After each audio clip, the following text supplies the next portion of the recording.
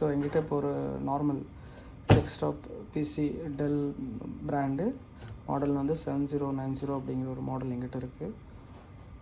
So இப்போ இதில் வந்து என்னென்ன ஹார்ட்வேர் காம்போனெண்ட் இருக்குன்றது பார்க்கலாம். பார்க்கலாம். ஃபஸ்ட்டு வந்து ப்ராசஸர் பார்த்திங்கன்னா இன்டெலோடையது. இன்டெல் வந்து i7 ப்ராசஸர். ஸோ இது வந்து அதுக்கு கீழே இருக்குது. இதுக்கு மேலே பார்த்திங்கன்னா ஹீட் சிங்க் மேலே ப்ராசஸர் ஃபேனு. அடுத்தது வந்து பார்த்திங்கன்னா ரேம் ஸ்லாட்டு. ஸோ ரேம் வந்து பார்த்திங்கன்னா இங்கே 1 2 3 4 ரேம் ஸ்லாட் இருக்குது.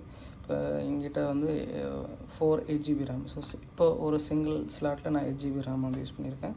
ஸோ நீங்கள் இதை 8GB ரேம் வந்து டோட்டலாக 4 8GB ரேம் வந்து நீங்கள் அப்கிரேட் பண்ணிக்கலாம். அதுக்கு அடுத்தது பார்த்திங்கன்னா ஹார்ட் ட்ரைவ். ஸோ இந்த பிசி வந்து பார்த்திங்கன்னா 3.5 inch size normal SATA drive வந்து யூஸ் பண்ணிக்கலாம். இங்கே இருக்குது.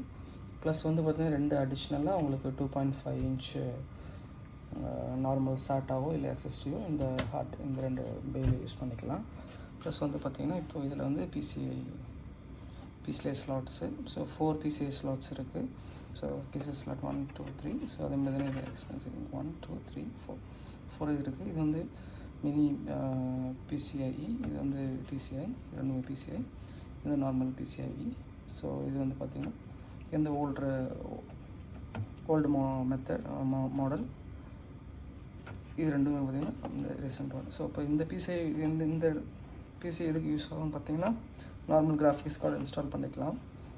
எக்ஸ்டர்னல் லேன்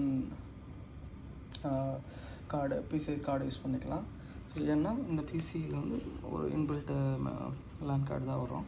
ஸோ நீங்கள் அடிஷ்னல் உங்களுக்கு லேன் கார்டு வேணும் இல்லை வைஃபை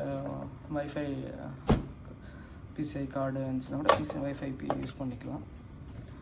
ஸோ அதுக்கு அடுத்தது பார்த்திங்கன்னா இதில் வந்து பார்த்திங்கன்னா M2 PCI SSD யூஸ் பண்ணிக்கலாம். இந்த ஸ்லாட்டு லைக் ரேம் மாதிரியே இருக்கும். அதேமாதிரி 2 SSD யூஸ் பண்ணிக்கலாம். 2 ஸ்லாட் இருக்குது இதில். ப்ளஸ் வந்து வயர்லெஸ் ஸ்லாட் இருக்குது. இந்த வயர்லெஸ் M2 ஸ்லாட் எதுக்குன்னா நீங்கள் லேப்டாப்பில் இருக்கிற வயர்லெஸ் இன்பில்ட் வயர்லெஸ் இருக்கிற மாதிரி அடிஷ்னலாக இந்த கார்டு யூஸ் பண்ணிக்கலாம். வந்து பிசியில் வைஃபை எனேபிள் பண்ணிக்கலாம்.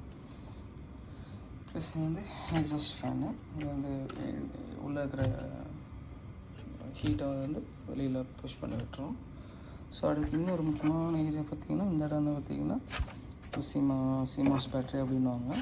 லித்தியம் பேட்ரி 3 வோல்ட் லித்தியம் பேட்டரியில் இன்ஸ்டால் பண்ணியிருக்கு. இந்த லித்தியம் பேட்டரியுடைய ஒர்க் என்னன்னு பார்த்திங்கன்னா நம்ம பயோஸ் கான்ஃபிகரேஷன்ஸ் எல்லாமே பயோஸ் சிப்பில் சேவ் ஆகும். ப்ளஸ் வந்து பார்த்திங்கன்னா அந்த கான்ஃபிகரேஷன்ஸ் வந்து பார்த்திங்கன்னா எரேஸ் ஆகாமல் இருக்கிறதுக்கு வந்து பயோஸ் பேட்டரி வந்து ரொம்ப இம்பார்ட்டன்ட்.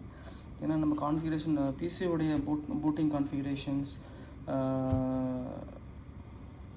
ஹார்ட்வேர் கான்ஃபிகரேஷன், மெயினாக booting order, hardware related configuration எல்லாமே பயோஸில் தான் நம்ம சேவ் ஆகும். அந்த பயோஸ் வந்து பார்த்திங்கன்னா ரீசெட் ஆகாமல் இருக்கிறதுக்கு சிமாஸ் பேட்டரி இருக்கும். இன்னொரு மெயின் ரீசன் பார்த்தீங்கன்னா டேட் அண்ட் டைமும் வந்து பார்த்திங்கன்னா ரீசெட் ஆகாது.